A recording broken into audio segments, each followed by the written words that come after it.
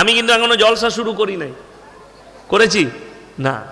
আমার জলসা সবাই নিতে পারে না। আমি এমনি গাল খাওয়া বক্তা, লোকে গাল দেয় আমার বক্তব্য শুনে। কেন? হক কথা একটু কড়া লাগে, লাগে না? লাগে না? আর আমি এখানে বক্তব্য দিতে বসেছি, আল্লাহর কৃপায় আমার কিন্তু চাকরি যাবার ভয় নাই। ভয় আছে?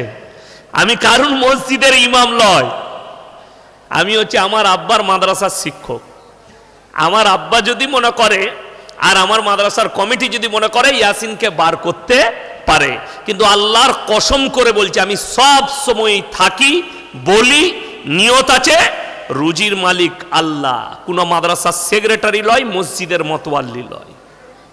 এটা মাথায় রাখবে। তো আমার চাকরি যাবার ভয় নেই। ইমাম সাহেবরা বললে ইমাম সাহেবকে সকালে তাড়িয়ে দিতে পারবেন।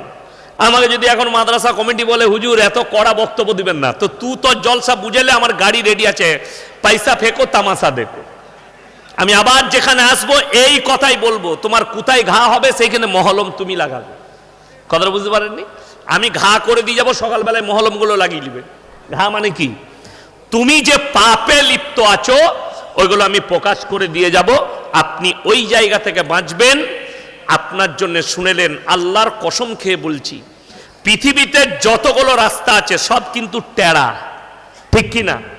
বেকা আছে, কিন্তু আল্লাহর কসম, আল্লাহ যে রাস্তা দিয়েছেন ইহদিনাস সিরাতাল মুস্তাকিম, এই রাস্তার মধ্যে কিঞ্চিত পরিমাণ টেরা নেই। জোরে বলুন সুবহানাল্লাহ। আপনাকে ওই রাস্তায় ধরতে হবে।